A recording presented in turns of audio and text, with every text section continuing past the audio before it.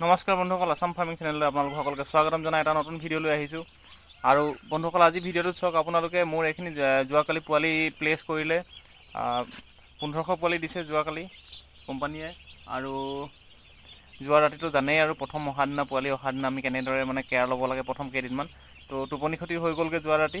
তো মানে উপায় নাই, আৰু ৰাতি ধৰি লওক আপোনাৰ 10 বাৰমান উঠি চাই থাকিবলগীয়া হয়।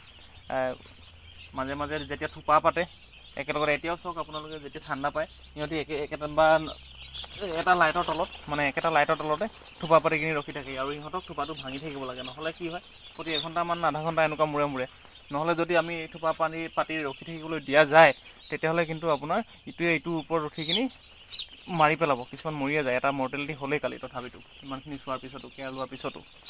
আৰু যিহেতু এতিয়া কি হৈছে, আপোনাৰ ঠাণ্ডা আহি গ'ল মানে এইকেইদিন কণ্টিনিউৱাছ মানে আপোনাৰ বৰষুণ দি আছে। আৰু বৰষুণ দি থকাৰ কাৰণে যিটো টেম্পাৰেচাৰ হয়, আৰু এটা টেম্পাৰেচাৰটো আপোনাৰ বহুত কম হয়। মানে ইয়াত ৰাতি হ'লে আপোনাৰ 22 ডিগ্ৰী 21 ডিগ্ৰী এনেকুৱা হৈ গৈছেগৈ।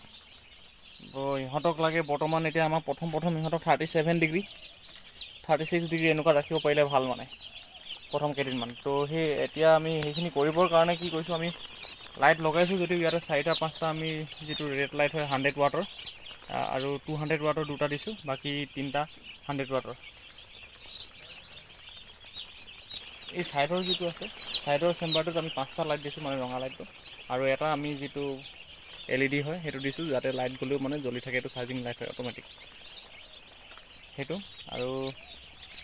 আৰু সেইফালে ছাইডতো একদম 5টা তেনেকুৱা লাইট আছে, কিন্তু মাজৰ কেইটাত আমি অকল 4টাহে ৰেড লাইট দিছোঁ। 100 ৱাটৰ দিছোঁ, দুটা 100, দুটা 200।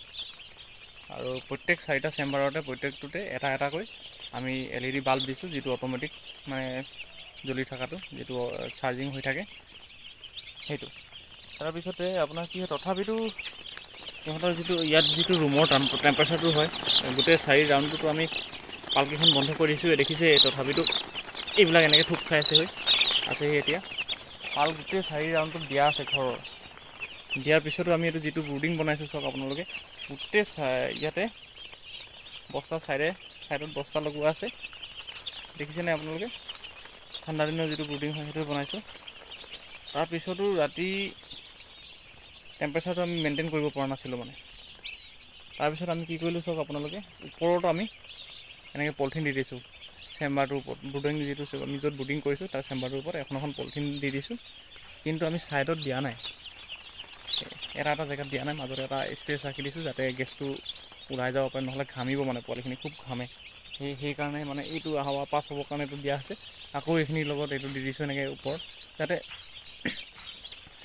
মানে ঠাণ্ডাটো ভিতৰলৈ নাহে, আৰু মানে সেই ইহঁতি থকা জেগাডোখৰ মানে অলপমান টেম্পাৰেচাৰটো মেইনটেইন হয় মানে, সেই তেনেকৈ ৰাখিছোঁ। আৰু এটা কথা, ইয়াত কাৰেণ্টটো কি হয়, কেতিয়াবা ৰাতি কাটি দিয়ে। কাৰেণ্টটো কাটি দিলে মানে যিটো টেম্পাৰেচাৰ হৈ আছিলে ধৰক কমচে কম মানে 2 ঘণ্টা বা এঘণ্টালৈকে সেই টেম্পাৰেচাৰটো মেইনটেইন হৈ থাকে, সেই বুলিয়ে এনেকৈ দি দিছিলোঁ। তো এইটো এটা বেয়া নহয় মানে, এনেকৈ দিলেও। বেছি ঠাণ্ডা হ'লেতো আমি গোটেই অলপো কেম্প নথকাকৈ দিব লাগিব। ইয়াত দিনত হ'লে অকণমান মুকলি কৰি দিব লাগিব, যাতে গেছটো ওলাই যায়। তো তেনেকৈ কৰি আছোঁ মানে, মেইনটেইন মানে হিটটো যিটো হয় হিটটো মেইনটেইন কৰিবৰ কাৰণে এইটো কৰি থকা হৈছে।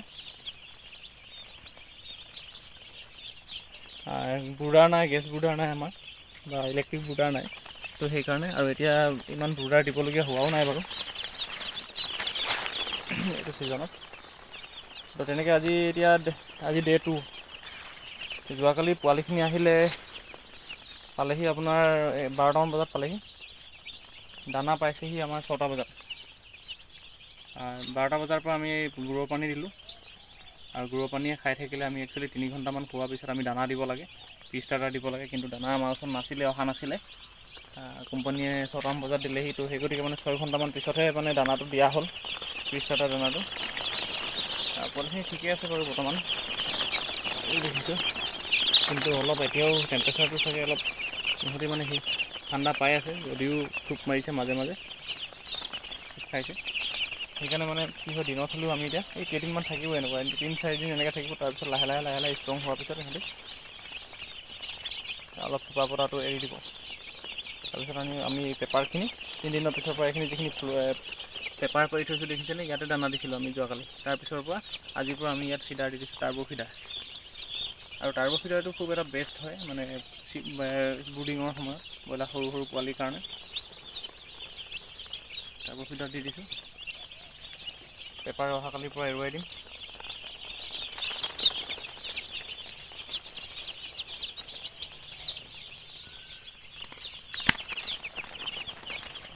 দেখিছেনে?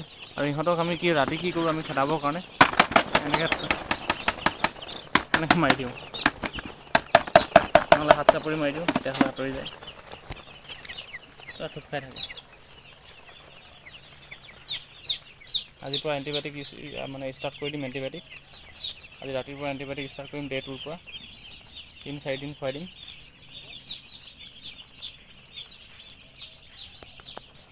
তো বন্ধুসকল, ডে 1ত আমি এনেকুৱাই কৰি আছোঁ।